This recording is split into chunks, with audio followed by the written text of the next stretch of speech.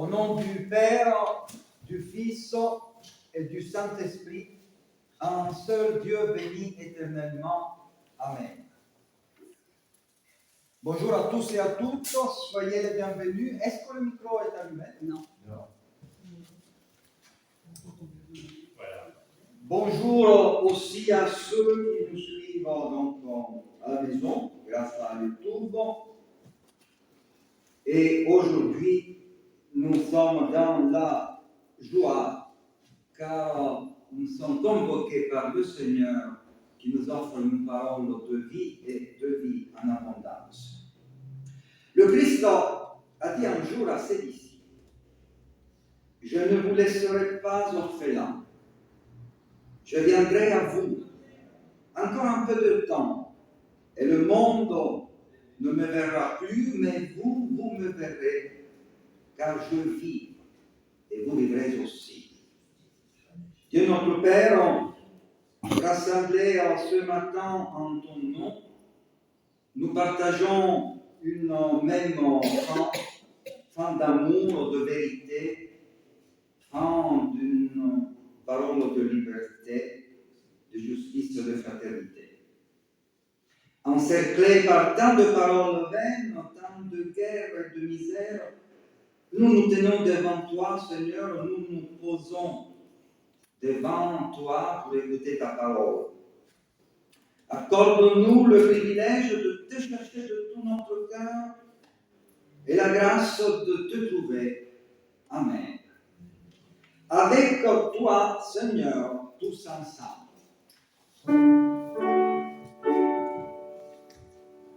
Avec toi, Seigneur, tous ensemble.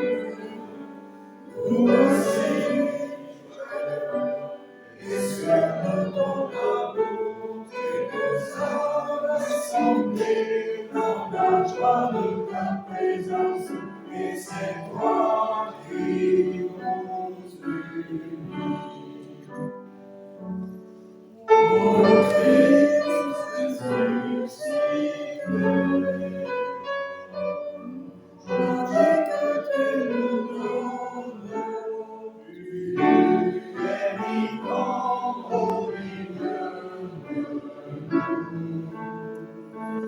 avec toi, Seigneur, tous ensemble, nous voici joyeux, et sur ton amour, tu nous as rassemblés dans la joie de ta présence, et c'est toi qui nous unis. Je lis un verset biblique du livre des Psaumes. Je me souviens de ce que tu as fait, Seigneur. Oui, j'évoque tes merveilles d'autrefois. Je réfléchis à tes exploits. Je médite à tes actes mémorables. Seigneur, aujourd'hui encore, tu as une promesse, une parole de vie pour nous, pour chacun de nous. Tu nous as intégrés dans une famille spirituelle par la résurrection de Jésus le Christ. Tu es celui qui nous accompagne dans tous nos départs. Tu veilles sur nous, donne-nous de reconnaître ta présence, Seigneur notre Dieu. Amen. Le premier chant spontané, vous le trouvez au 34-26. On fait donc les 4 courtes strophes.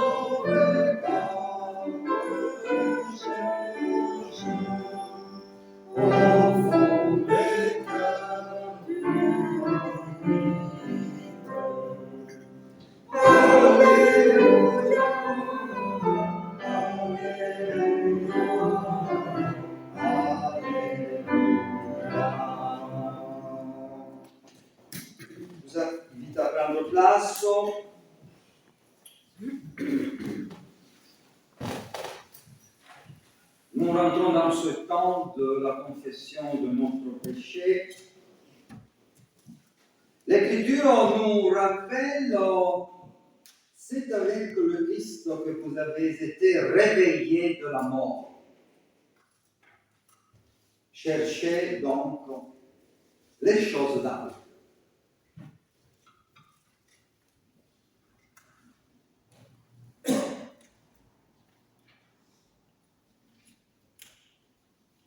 Nous avons une prière de Jean à donner.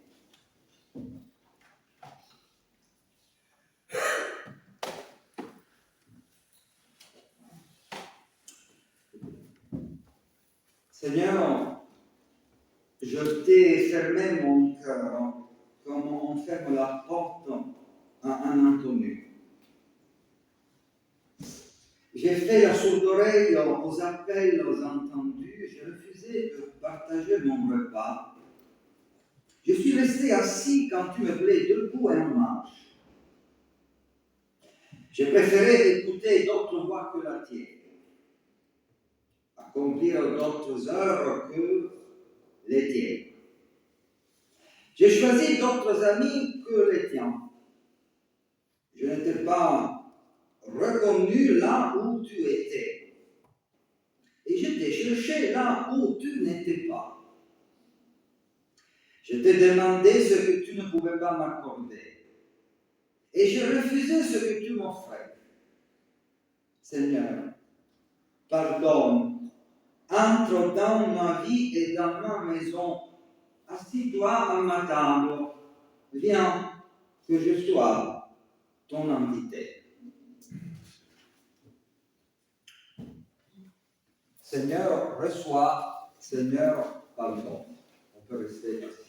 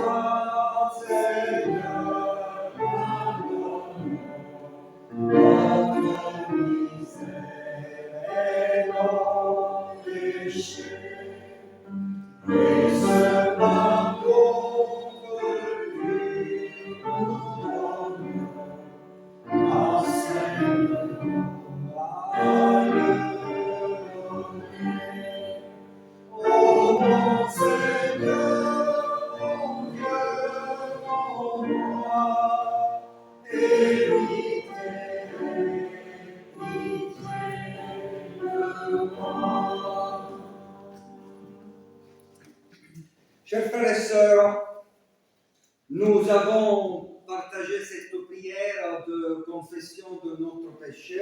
Elle était forte quand même. Elle était forte. Et là, nous, on est vraiment très habiles pour nous esquiver. Nous n'avons pas besoin de nous esquiver. Nous pouvons être en vérité devant le Seigneur avec tout notre péché et le peu de notre foi. Car le Christ nous appelle ses amis et même frères. À la fin de l'évangile de Jean, on va le voir encore ce matin, frères et sœurs. Dans le texte de Jean, il nous appelle frères et sœurs, la même Père.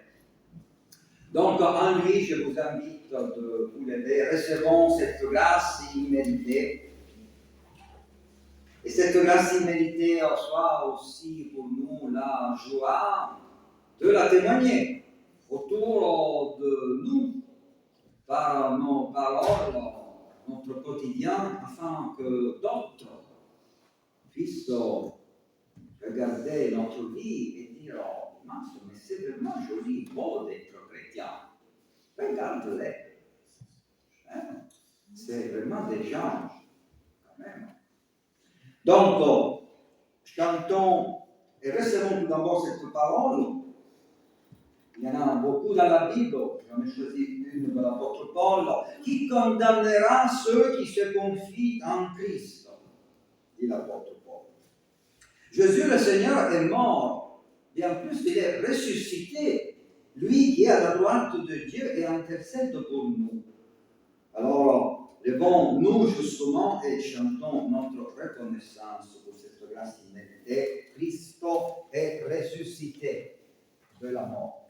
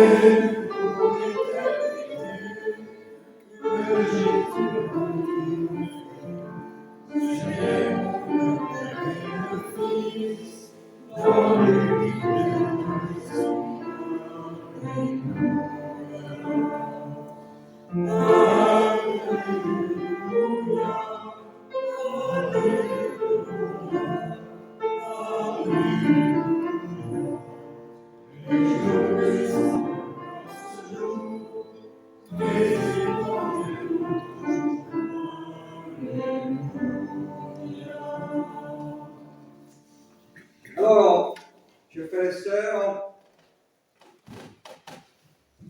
vous pouvez prendre place. Ça fait déjà un moment que je parle avec Robert pour avoir, on l'a fait hier avant, un moment de partage sur les activités, mais aussi l'anniversaire de Portuguesa, parce que 2025 c'est un anniversaire très important. Donc, je lui laisse la parole 5 minutes pour nous faire part de quelques nouvelles, et après on lira les textes de la prédication d'aujourd'hui. Viens, Robert.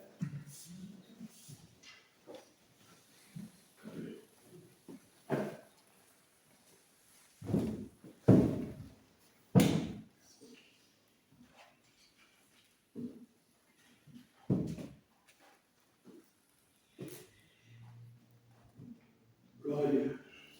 Bonjour à tous. Bonjour à ceux qui nous regardent par Internet. J'aimerais, avant de commencer, m'incliner quelques instants, vous invite dans la prière.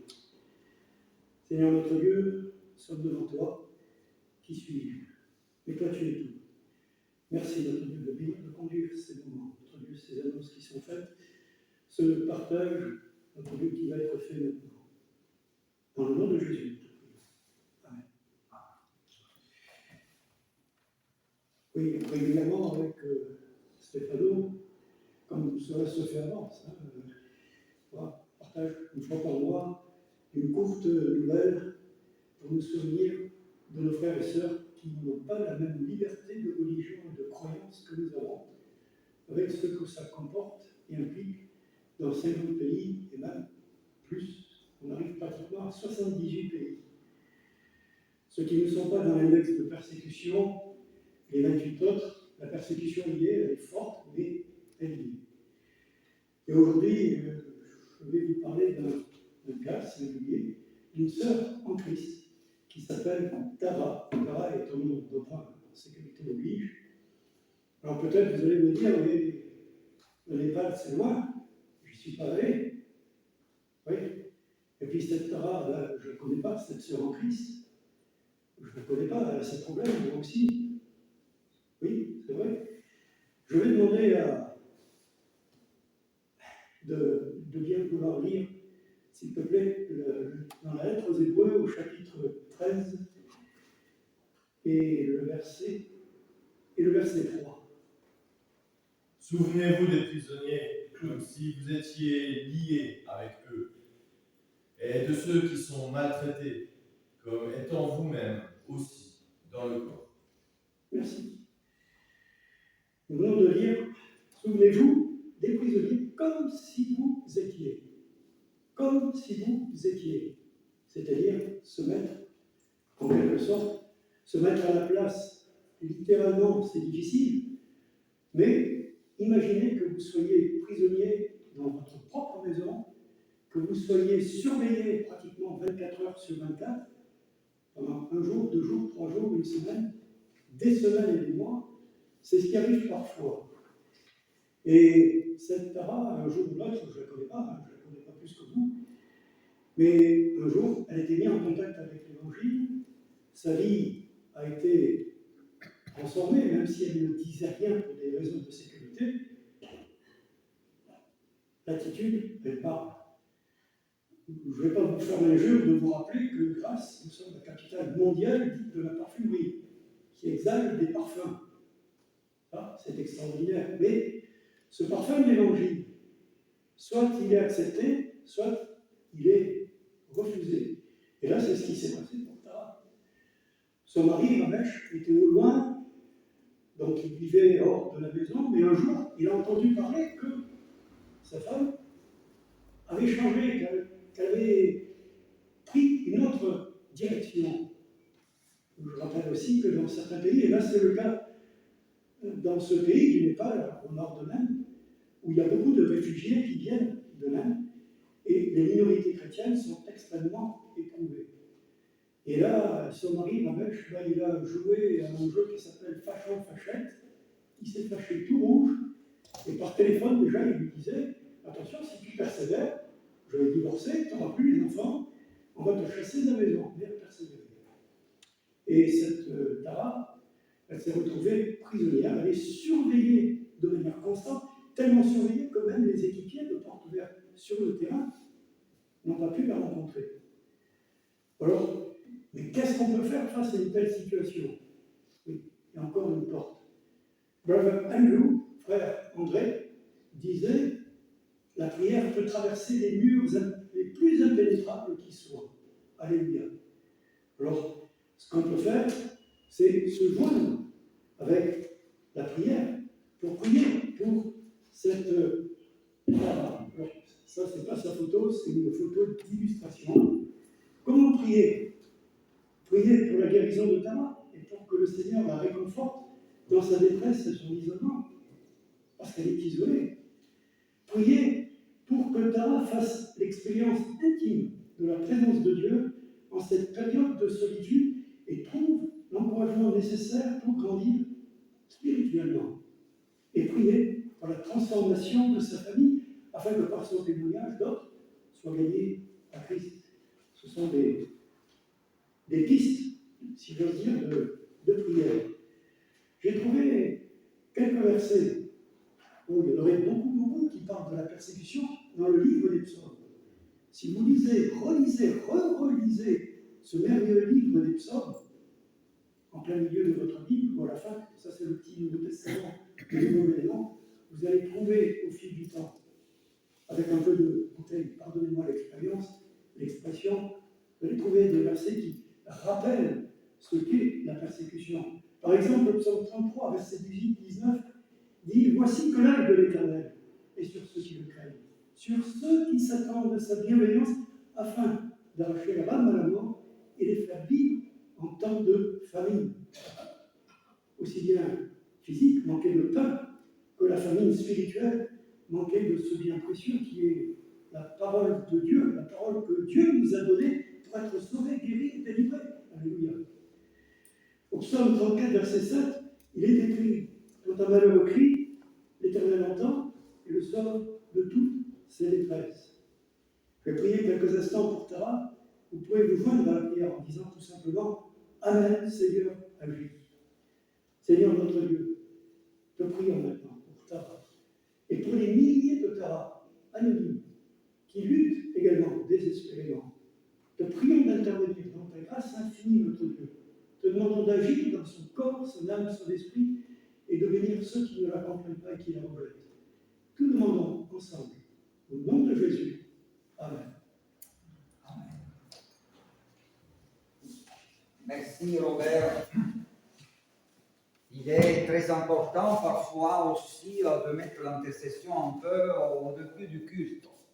Parce que parfois, il y a le risque qu'on laisse tout ce qui est l'intercession pour nos frères et sœurs vers la fin. On n'a pas beaucoup de temps et on fait les choses un peu trop rapidement. Moi, ça, c'est un danger que je fais très souvent.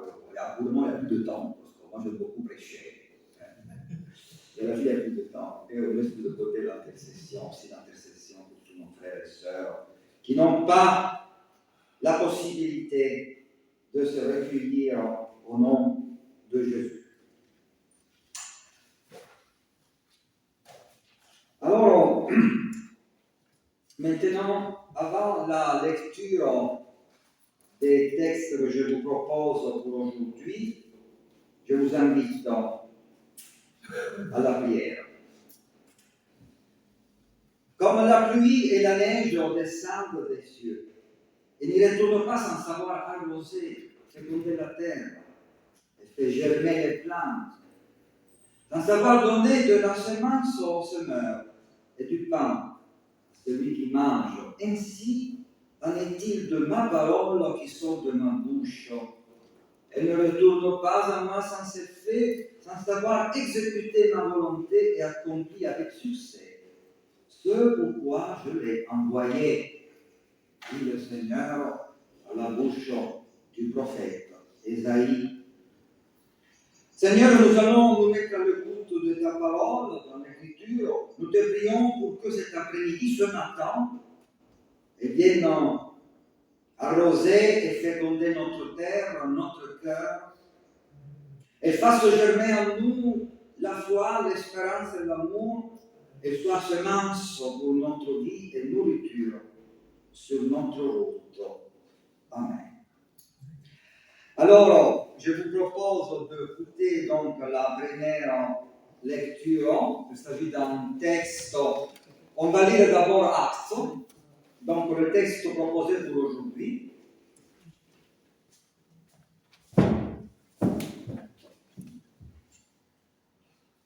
Actes des Apôtres, chapitre 5, versets 27 à 32, et puis versets 40 et 41.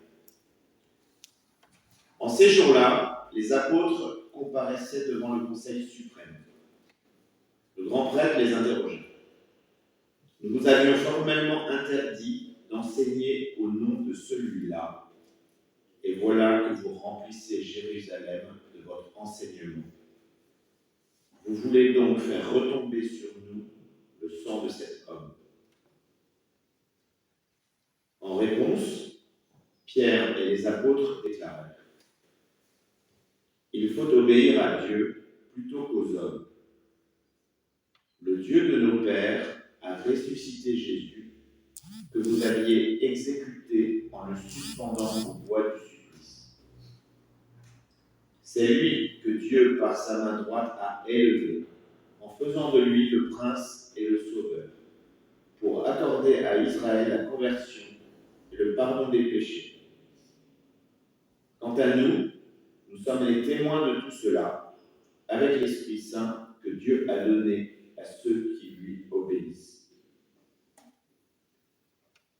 Après avoir fait fouetter les apôtres, ils leur interdirent de parler au nom de Jésus, puis ils les relâchèrent.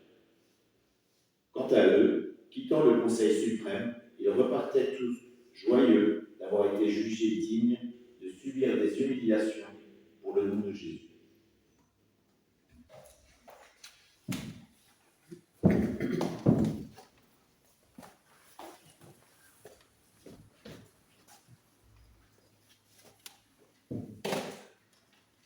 Ce second texte, c'est Jean 20, versets 11 à 18. Cependant, Marie se tenait dehors près du sépulcre et pleurait. Comme elle pleurait, elle se baissa pour regarder dans le sépulcre. Et elle vit deux anges vêtus de blanc, assis à la place où avait été couché le corps de Jésus, l'un à la tête, l'autre aux pieds. Ils lui dirent: « Femme, pourquoi pleures-tu » Elle leur répondit: « Parce qu'ils ont enlevé mon Seigneur, et je ne sais où ils l'ont mis. » En disant cela, elle se retourna et elle vit Jésus debout. Mais elle ne savait pas que c'était Jésus. Jésus lui dit: « Femme, pourquoi pleures-tu? Qui cherches-tu » Elle, pensant que c'était le jardinier, lui dit: « Seigneur, si c'est toi qui l'as emporté, dis-moi où tu l'as mis, et je le prendrai. » Jésus lui dit: « Marie !» Elle se retourna et lui dit en hébreu: « Rabboni !» c'est-à-dire maître.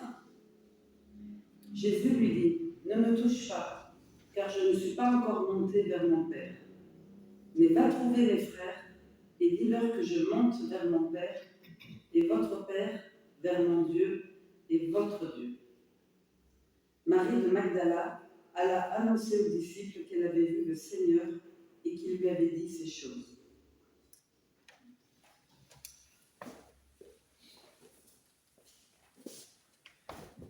Alors, avant de nous plonger dans ce texte, un texte de résurrection selon Jean, c'est un peu la seconde partie, la partie 2 de ce que nous avons vu samedi au culte autrement. Samedi au culte autrement, nous avons pu voir 3-4 points. Aujourd'hui, je vais voir les points 5, 6 et 7. Désolé pour ceux qui n'étaient pas samedi au culte autrement, parce que ça c'est un peu la continuation. Mais je vais faire un petit résumé. Mais d'abord, chantons ensemble le deuxième cantique, donc le 34-29. Je crois qu'il y a 3 strophes. 3 strophes. S'il est pour le 34, on fait les 3 strophes. 34, 29. Page 467.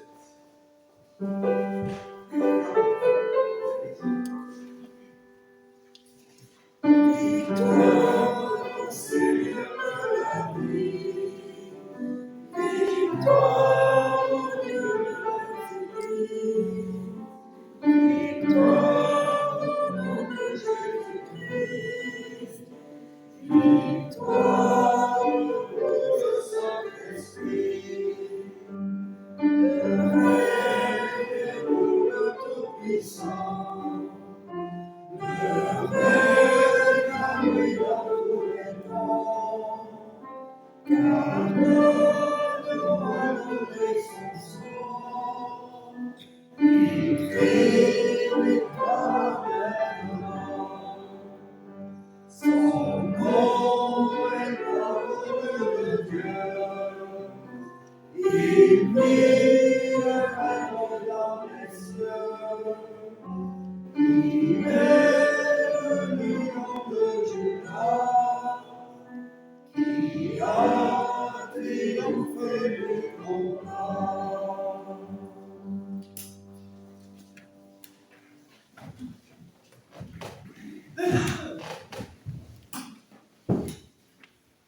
Donc, je fais un court résumé de ce que nous avions dit au culte autrement, qui était déjà quand même un résumé de ce que je vais dire à vous part.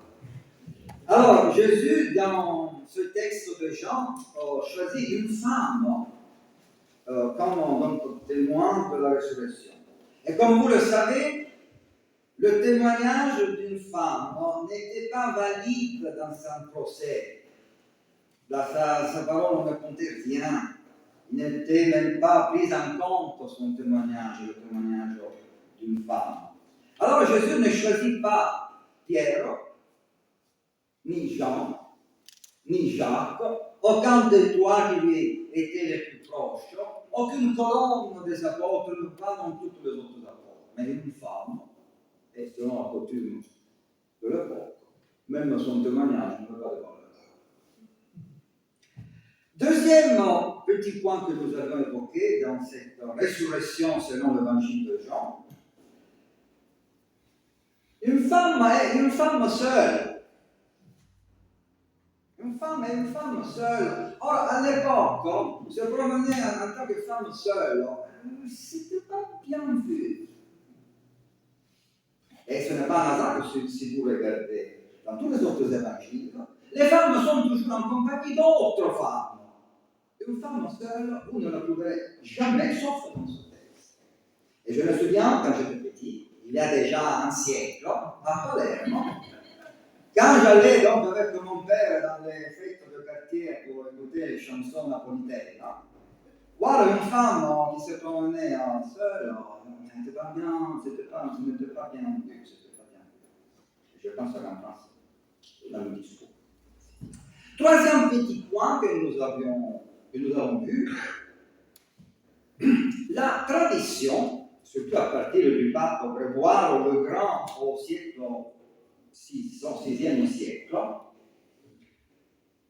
a identifié cette Marie de Magdala à la prostituée dont parle Luc au chapitre 7. Vous vous souvenez, nous sommes encore dans le temps de la Passion. Au bout d'un moment, il y a une femme anonyme qui rentre. Et donc, avec ses cheveux, elle suit les pieds de Jésus après avoir mis un peu d'huile et de parfum.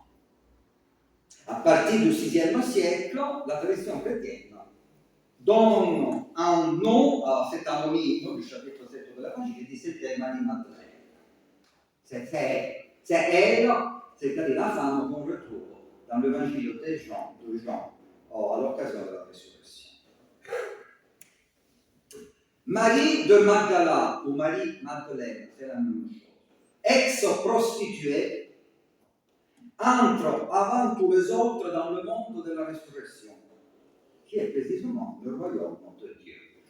Il ne faut pas étonner parce que ce que Jésus avait dit, les publicains et les prostituées vous précéderont dans le royaume de Dieu. 4 petits points. Pourquoi pleures-tu? Ça, c'est donc cette parole que Jésus adresse à la Marie Madeleine.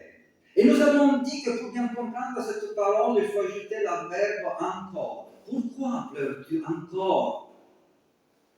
Dans le texte, encore n'était pas présent. Mais elle est sous-entendue. Pourquoi pleures-tu encore? La résurrection a déjà eu lieu, mais pour Marie, c'est comme si elle n'était pas encore arrivée. Et cela, ça nous arrive aussi à nous vivre comme si la résurrection n'était pas encore arrivée, comme si elle n'avait pas encore eu lieu. Vous vous souvenez qu'on avait développé ce point. Il nous arrive que parfois nous vivons comme si la résurrection n'était pas encore arrivée. Et encore un point, 5e, qui cherches-tu? Et nous avions dit que c'est une bonne question aussi pour nous, car c'est un peu le risque que nous voulons tous un peu chercher un Dieu qui n'est pas là tel que nous le cherchons. Qui cherches-tu finalement? Il veut le Jésus historique encore, mais le Jésus historique n'est plus là. Donc, quel Dieu cherches-tu?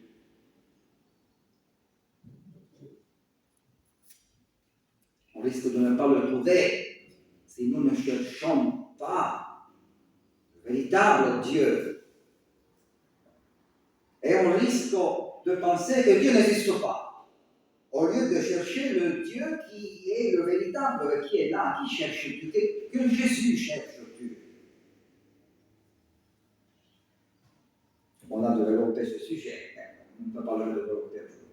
Et la dernière chose qu'on avait dit, Jésus nous appelle ses frères sur ce sujet. J'ai beaucoup réfléchi cette année. Je l'ai aussi mis dans l'édito du bulletin. C'est-à-dire que c'est la première fois dans l'histoire du salut, il y a un crescendo, que Jésus appelle ses disciples frères. Il les avait appelés amis, dans le discours d'adieu de Jean. Il dira, vous êtes tous frères en moi. Mais là, il y a vraiment un crescendo. Là, le cercle de la réconciliation s'accomplit. Au moment de la résurrection, où le Christ revient, vous êtes mes frères. C'est le titre le plus élevé qu'il nous donne, frères, parce que nous sommes enfants du même Père, du même Père. Nous et Jésus le Christ, c'est un truc vraiment. Le cercle se fait. La réconciliation est toute là. Ce matin, je voudrais revenir sur certains aspects que nous n'avons pas développés. Donc, durant le culte autrement, juste 2 petites choses. Et c'est-à-dire, il y a dans ce texte une invitation à un message moins impersonnel. Le texte que nous venons de lire nous fait passer du domaine général, femme, à quelque chose de profondément personnel. Marie. C'est un texte qui commence par Femme, pourquoi pleures-tu et se poursuit avec Marie. À part le point d'arrivée n'est plus un nom générique, mais un nom propre. Le mot générique femme, homme ne suffit plus. Pâques est un événement qui touche chaque personne avec son vrai nom, son histoire, ses rêves, son avenir. À Pâques, les termes génériques femme, monsieur, ami, copine, plombier, boucher, protestant, agnostique, soprano, ténor ne suffisent plus. Dieu s'approche de chacun de nous un peu plus intimement, on peut dire ça, intimement. Et si le ressuscité appelle chacun par son nom propre, cela signifie que toute hiérarchie terrestre s'efface. La force politique de l'évangile. La distance se raccourcit entre Dieu et moi, mais aussi entre toi et moi, entre le roi et le petit paysan. Grand tremblement de terre sur cette terre. Dire Marie, Jean, Stéphano, Théo, comme le fait le Christ, c'est dire que nous sommes tous frères et sœurs. Il y a de la place pour tous. Dieu appelle à l'existence d'une nouvelle communauté humaine. Non plus marquée par la rivalité meurtrière de Caïn et Abel, mais réconciliée comme celle issue de Jésus-Christ, le nouvel Adam, le frère aîné. Un proverbe chinois, ça, par exemple, Antoine il est très fort, parfois il sort des exemples. Un proverbe chinois dit: quand reconnais-tu que la nuit est en train de passer, le disciple répond: quand je n'arrive plus à distinguer les étoiles du ciel. Le maître rétorque: non. C'est l'aube lorsque, voyant s'approcher un homme, tu le reconnais comme ton frère. Si tu ne le reconnais pas ainsi, c'est que nous sommes encore dans la nuit. Dans le texte de Pâques, l'aube est arrivée. Marie est appelée Marie et non plus simplement femme, comme si cela désignait un être inférieur à l'homme. De la même manière, Jésus lui dit: va vers mes frères et dis-leur que je montre celui qui est mon Père et votre Père. En nous, une nouvelle famille, une famille nouvelle. Et j'arrive à la conclusion, prendre aussi un peu de temps pour la scène. Il ne s'agit pas seulement de croire à la résurrection, mais de vivre la résurrection. Il y a un clin d'œil avec pourquoi pleures-tu encore. Vivre comme des hommes et des femmes ressuscités, transformés. Léon Tolstoï, aujourd'hui on peut à nouveau nommer, citer les grands poètes, écrivains russes. Aujourd'hui, ça on peut le faire, avant on ne pouvait pas le faire. En Italie, c'était interdit de citer Dostoïevski. C'était interdit, après le 22 d'aller au théâtre pour voir Tchaïkovski. Qu'est-ce que c'est tout ça? Bon, je referme la parenthèse. Heureusement que la chose a un peu changé. Alors, Léon Tolstoï illustre cela, c'est-à-dire que la résurrection, c'est quelque chose qu'il faut vivre, qu'il faut passer du cérébral à la vie quotidienne, par une image extraordinaire. Un mendiant est assis au bord du chemin. Un homme passe, on ne lui dit rien, mais l'amène dans un parc merveilleux. Venez avec moi, monsieur. Il invite à un bon repas, puis lui propose un lit douillet. Le lendemain, le mendiant est conduit dans un jardin. On lui demande de déplacer un bâton de haut en bas. Sans poser de questions, il le fait. Et découvre qu'il active une pompe qui irrigue le jardin. Il apprend ensuite à cueillir les fruits, à tondre l'herbe, à ramasser les feuilles mortes. Il finit par comprendre le fonctionnement du jardin.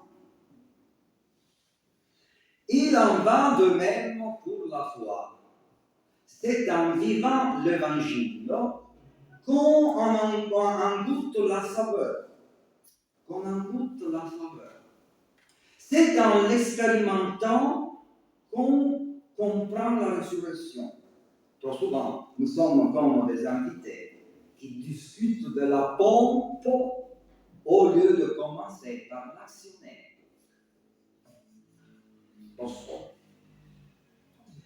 Dieu aime à se servir des choses petites et faibles pour confondre les sages. Il se sert d'un enfant dans une crèche, d'un grain de moutarde, d'une femme samaritaine pour révéler l'adoration véritable. Ici, à Lourdes, c'est Marie, Magdalène, qui est choisie pour annoncer la relation nouvelle avec Dieu comme Père.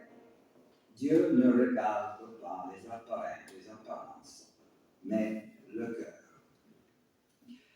On pourrait continuer, ne me retiens pas, dit Jésus à Marie Magdalène.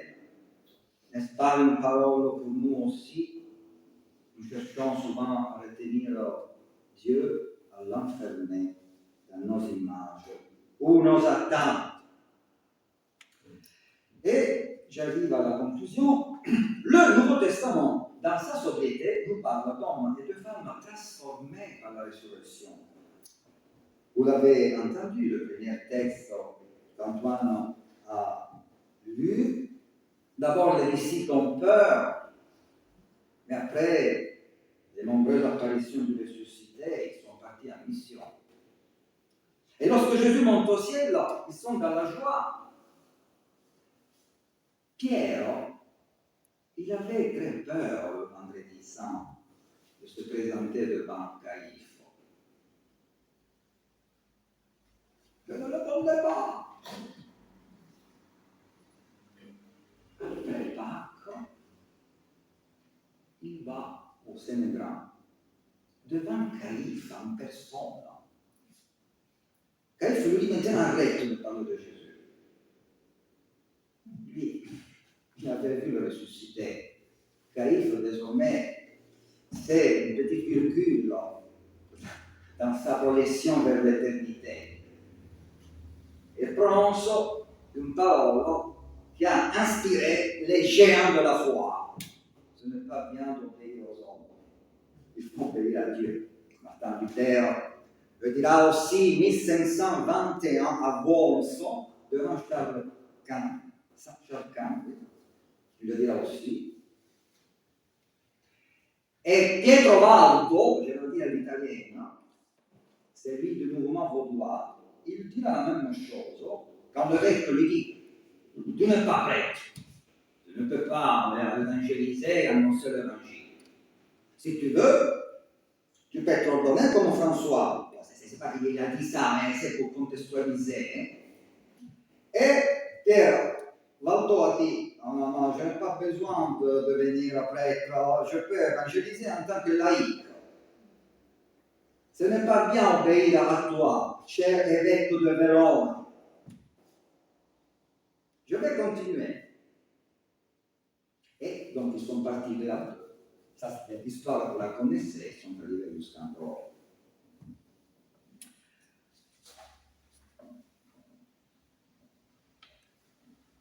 Le vendredi soir, au Golgotha, Jésus est sur la croix, où sont les disciples. L'un a trahi, un autre a régné, tous, sauf peut-être un, se sont cachés. Mais quelques semaines plus tard, ils sont à Jérusalem, annonçant l'évangile à la foule. Ils comparaissent devant le Sanhédrin, proclamant leur foi. Ils voyagent dans tout l'Empire, malgré persécutions et dangers, pour annoncer la bonne nouvelle. Ils sont sûrement tous morts martyrs. Quand on leur demande pourquoi faites-vous cela, ils répondent tous, celui qui était mort, nous l'avons vu vivant, revu vivant. Celui que vous avez crucifié, Dieu l'a ressuscité. C'est un événement bouleversant. Toutes les choses, il ne serait jamais parti. Le départ des disciples, l'existence même de l'Église est, selon Antoine Nuis, une preuve historique que quelque chose s'est produit après la mort de Jésus. Cet événement, ils l'ont appelé résurrection. Car comme le disait le philosophe Pascal, personne ne se fait tuer par une tromperie, par une blague. Par toutes des convictions, oui. Toutes des convictions. Oui. Alors, je ne sais pas si on peut parler de preuve historique, le fait que... Mais ça ajoute à notre réflexion sur Pâques, c'est-à-dire le fait qu'ils se sont mis en marche, qu'ils ont eu le courage de partir et qu'ils ont actualisé la parole de Jésus, n'ayez pas peur. Tout cela peut sûrement ajouter à notre réflexion sur la résurrection des points et des éléments qui nous aident à croître dans ce don que Dieu nous a fait. Christ est vraiment ressuscité. Amen.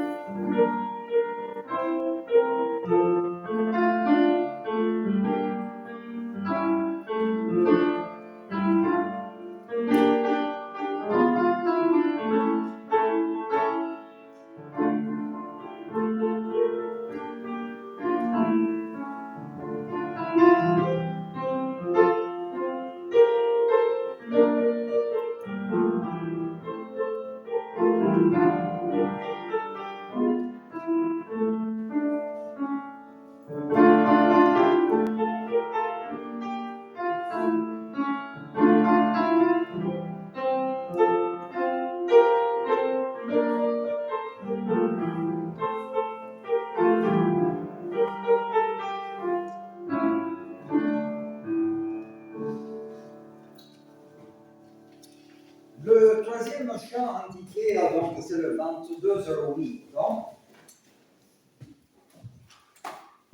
Le hasard a voulu que ce chant 28:08 soit choisi aussi par notre très cher frère François Lidmer pour les obsèques de sa compagne Cathy Vidal demain à Vence à 14h30.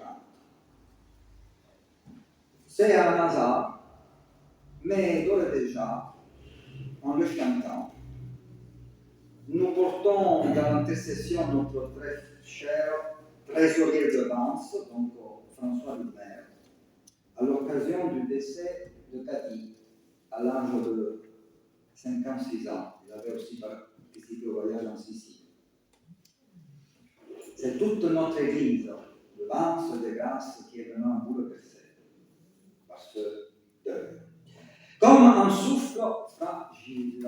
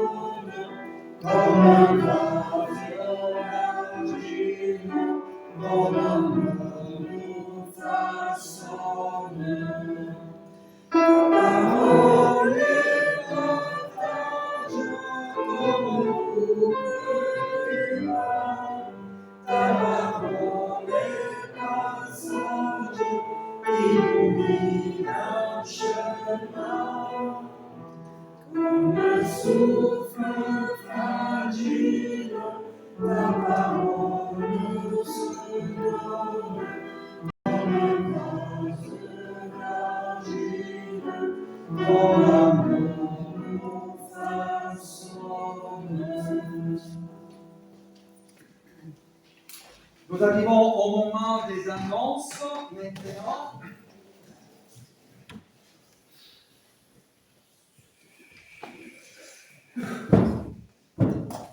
Au nom du Conseil presbytéral, bienvenue à chacun de vous. Nous avons appris avec beaucoup d'émotion la mort de Cathy Vidal. Nous espérons que nous serons nombreux demain pour lui rendre un dernier hommage et soutenir son compagnon.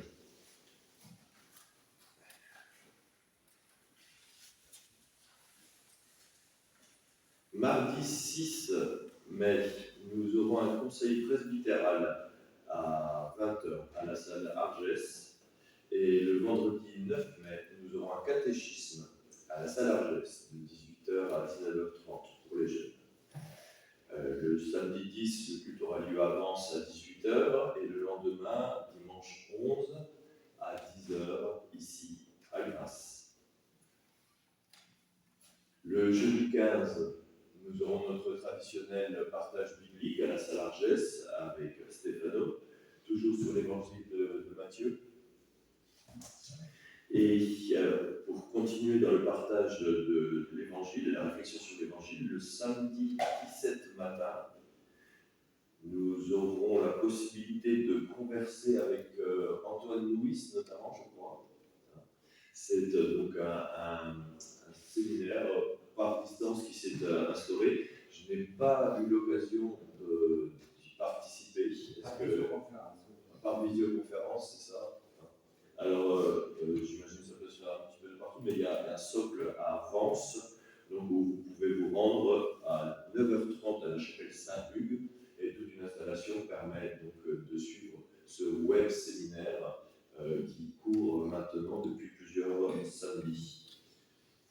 Le lendemain, le dimanche 18, un temps fort pour nos deux églises. Notre église Grasse Vence, puisqu'il n'y aura pas de culte à Grasse le dimanche 18. Nous sommes tous invités à nous rendre à Vence pour un culte à 10h30 et ensuite participer à un temps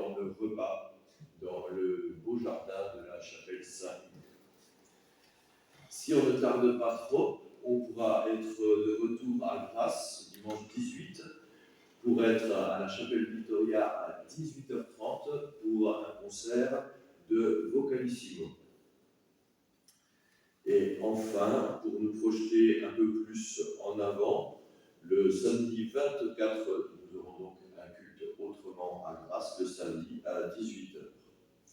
Pour nous projeter encore plus loin et pour écouter un petit peu quand même le reste des événements qui sont encore nombreux, vous pouvez toujours consulter sur notre bulletin vers la lumière, dont il reste encore quelques exemplaires à la sortie, avant la parution prochaine de l'édition de l'été. Nous aurons le 15 juin notre fête de l'amitié ou fête de l'été, donc le dimanche 15 juin à 10h un culte. Ensuite, une 10h30. 10h30. Ah, Oui, parce qu'avance, pour que Vance puisse venir, voilà. Merci de le rappeler. Et donc 10h30, suivi d'un repas sous forme d'auberge espagnole. Et à 15h, nous pourrons assister à un concert de Vocalita, cette fois.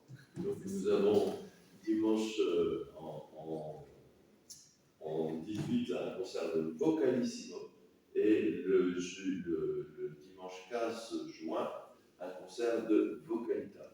C'est une vraie compétition, hein. Il y a de l'émulation là et énormément de talent. Voilà, je pense à ne rien avoir oublié, sinon une autre. Oui.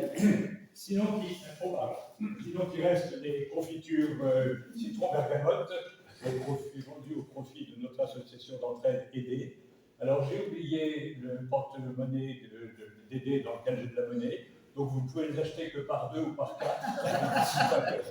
Voilà. Alors, si Grasse est la capitale mondiale de la parfumerie, je pense que le Bar-sur-Loup est la capitale mondiale de la bergamote. C'est du citron bergamote. Pardon, décidément. Merci à vous, c'est le moment des offenses, des offres. Qui vous sont pardonnés. Qui nous sont pardonnés. Je crois que je vais repartir à jour. Qu'elle soit joyeuse et généreuse. Merci.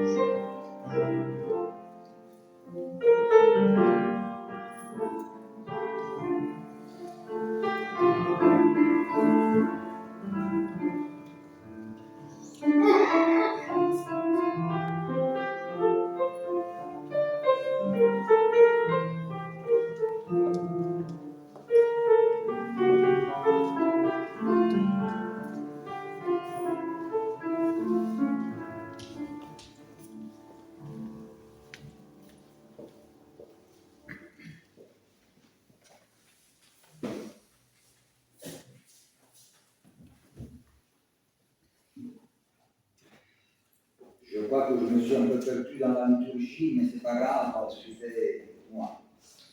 Parce que normalement, il y a maintenant l'intercession et le chant. Nous rentrons maintenant dans le moment donc, de la Sainte Seine et je vous invite à la prière. C'est notre joie de te célébrer, Dieu notre Père, pour ce monde que tu as créé si beau, dont tu traverses les douleurs et que tu ne cesses de créer toujours nouveau. C'est notre joie de te célébrer, Dieu de toute tendresse, pour Jésus le Christ, que tu as envoyé afin qu'il emprunte notre chemin d'humanité et devienne notre frère. Il a manifesté ton amour aux petits et aux pauvres, aux malades et aux pécheurs. Il s'est fait le prochain des opprimés animé des affligés par sa vie. Il a révélé ton visage. C'est notre joie de te célébrer, Dieu fidèle, pour ton esprit, souffle de vie qui nous rassemble en Église, de génération en génération, dans ton amour. Par toute la terre comme au ciel, il fait jaillir notre chant.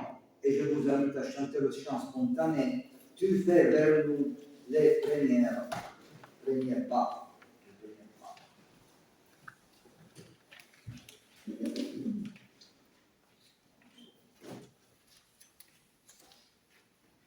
Nous le verrons. Tu fais vers nous.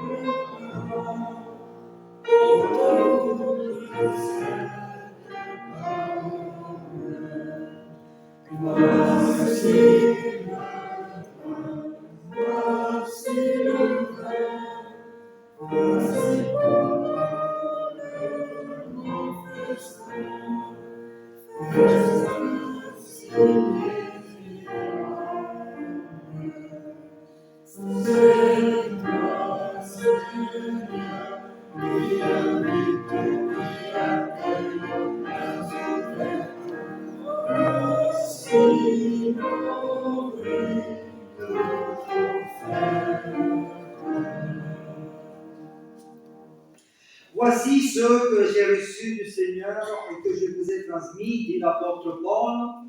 Le Seigneur Jésus, dans la nuit où il fut livré, prit du pain et après avoir rendu grâce, le rompit et dit, ceci est mon corps qui est pour vous.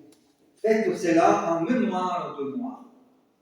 Il fit de même pour la coupe, après le repas, en disant, cette coupe est la nouvelle alliance en mon sang. Faites cela en mémoire de moi toutes les fois que vous en boirez. Toi qui nous rassembles et nous invites, Éternel notre Dieu, renouvelle et raffermis notre foi, envoie ton Saint-Esprit sur notre assemblée, afin qu'en recevant ce pain et ce vin, nous recevions les signes visibles de ta présence invisible. Chers frères et sœurs, je vous invite à me rejoindre. On fera le cercle. L'Église protestante unie de France considère que ce repas est un repas préparé par le Christ lui-même. C'était sa volonté. Donc tous les chrétiens, même si vous n'êtes pas protestants, sont invités à participer à notre Sainte Seine. Je vous invite à faire le cercle. Le pain que nous partageons est communion au corps de Jésus-Christ. Et la coupe de l'Alliance pour laquelle nous rendons grâce est communion au sang de Jésus-Christ. Le sang versé sur la croix pour le pardon des péchés. Heureux les invités au repas de l'agneau. Je distribue le pain. Je vous invite à ne pas le manger tout de suite, on va le manger tous ensemble en même temps.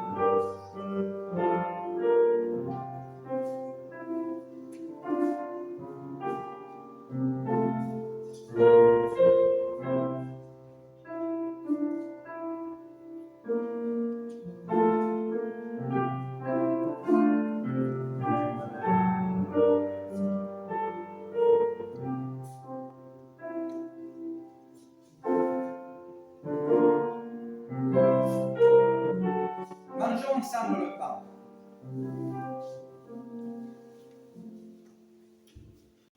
Je vous invite à la prière d'intercession. Confiant en ta bonté, nous te présentons tous nos frères et sœurs en humanité, les plus modestes comme les plus influents. Permet qu'avec sagesse, ils sachent organiser notre planète pour que chacun y trouve sa part.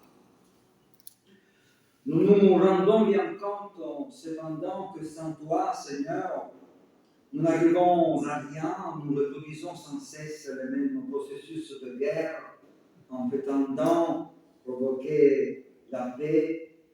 Rappelle-nous toujours que le fondement de la paix se trouve dans le renoncement, le partage et le respect de l'autre. Nous nous plaignons de la violence de notre société.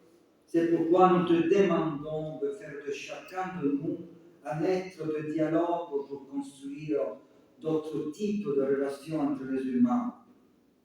Ton esprit d'amour plane inlassablement sur l'univers, aide-nous à le recevoir en nos vies pour le répandre autour de nous. Que nos églises ne retiennent pas captives les vérités que tu as révélées, mais qu'ils sachent les diffuser pour construire ensemble un avenir plein d'espérance. Il est commun de dire que l'avenir appartient aux enfants et aux jeunes. C'est pour eux que nous te prions aussi, afin que nous sachions les préparer à gérer le monde que nous allons leur léguer, que nous sachions avoir assez d'humilité pour les laisser grandir dans le respect de leur personnalité sans les charger de nos propres expériences. Seigneur, ne nous laisse pas oublier que tout ce qui vit t'appartient et que même le plus petit brin d'herbe n'existe que pour te rendre gloire. Et nous disons ensemble le Notre Père. Notre Père qui es aux cieux, que ton nom soit sanctifié, que ton règne vienne, que ta volonté soit faite sur la terre comme au ciel. Donne-nous aujourd'hui notre pain de ce jour. Pardonne-nous nos offenses, comme nous pardonnons aussi à ceux qui nous ont offensés. Ne nous laisse pas entrer en tentation, mais délivre-nous du mal, car c'est à toi qu'appartient le règne, la puissance et la gloire pour les siècles des siècles. Amen. Il y a une parole d'envoi. Retournons dans le monde avec confiance. Si modeste qu'elle soit, notre présence au monde ne sera pas vaine si elle l'autorise sa vie en Christ.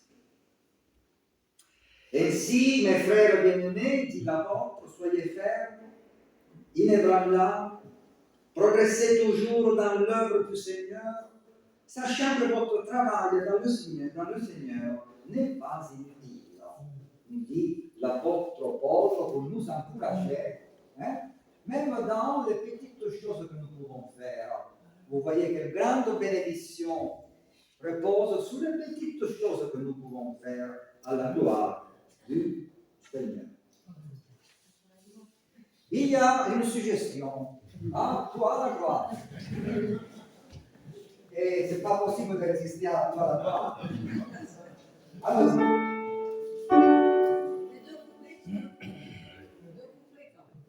Deux couplets.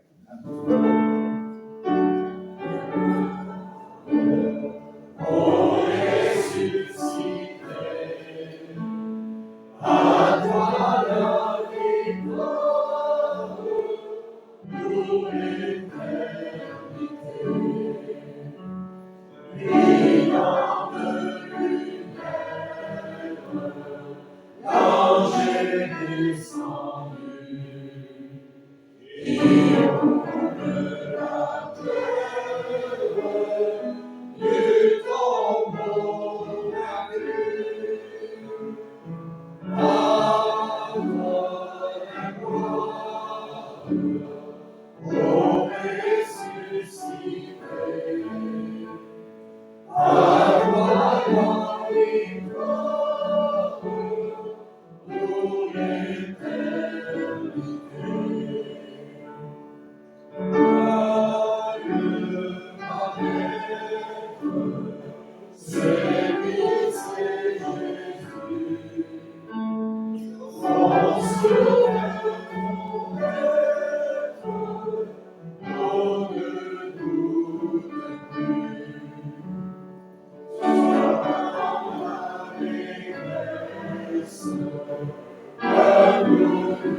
Seigneur, et petit sans cesse, le Christ est vainqueur. À toi la gloire, ô ressuscité, à toi la victoire, pour l'éternité.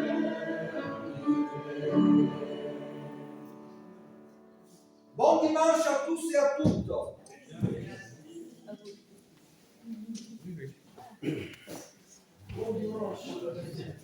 Ah oui, et s'il y a quelques bras costauds pour nous aider à descendre le piano, Des bras costauds,